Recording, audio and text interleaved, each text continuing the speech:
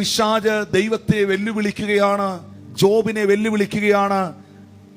പിശാച് പറയുന്നു, അവന്റെ നന്മകളെ ഞാൻ കവർന്നെടുത്തു കഴിയുമ്പോൾ, അവന്റെ ഭൗതിക അനുഗ്രഹങ്ങളെ ഞാൻ തൊട്ട് കഴിയുമ്പോൾ, എന്റെ ഭാഷയിൽ പറഞ്ഞാൽ അവൻ ഇപ്പോൾ അനുഭവിച്ചുകൊണ്ടിരിക്കുന്ന കുറെ നന്മകളുണ്ട്, ഭൗതികമായത്, കാണാൻ കഴിയുന്നത്.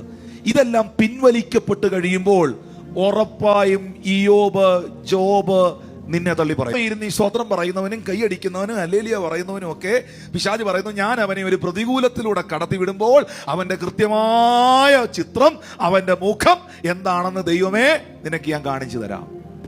നിങ്ങൾക്കറിയാവോ, ദൈവത്തെ നമ്മൾ വിശ്വസിക്കുന്നത് പോലെ തന്നെ ദൈവത്തിന് നമ്മളെ വിശ്വസിക്കാൻ കഴിയണം. ഒരാളിനെ തമ്പുരാന് വിശ്വസിക്കാൻ കഴിഞ്ഞാൽ ദൈവം അവന്റെ കയ്യിലോട്ട് എന്നാ എടുത്തു കൊടുക്കുന്നതെന്ന് പറയാൻ പറ്റുകയില്ല.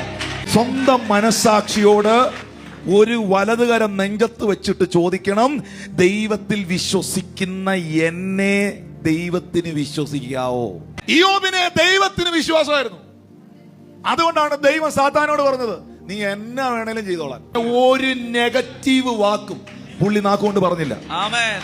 ഒരു പരാതിയും ഈ മനുഷ്യൻ ദൈവത്തോട് പറഞ്ഞില്ല. ഒന്ന് ഓർത്തു നോക്കിയേ, എന്റെ ഭാഷയിൽ പറഞ്ഞാൽ സാത്താൻ ചമ്മിപ്പോയി.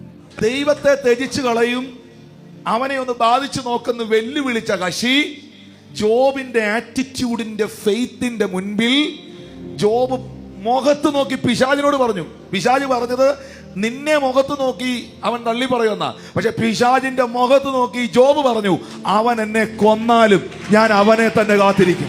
നിന്നെ ഓർത്ത് ദൈവം ദുഃഖിക്കുകയല്ല, പൈശാചിക മേഖലയെ നോക്കി ചിരിക്കാൻ,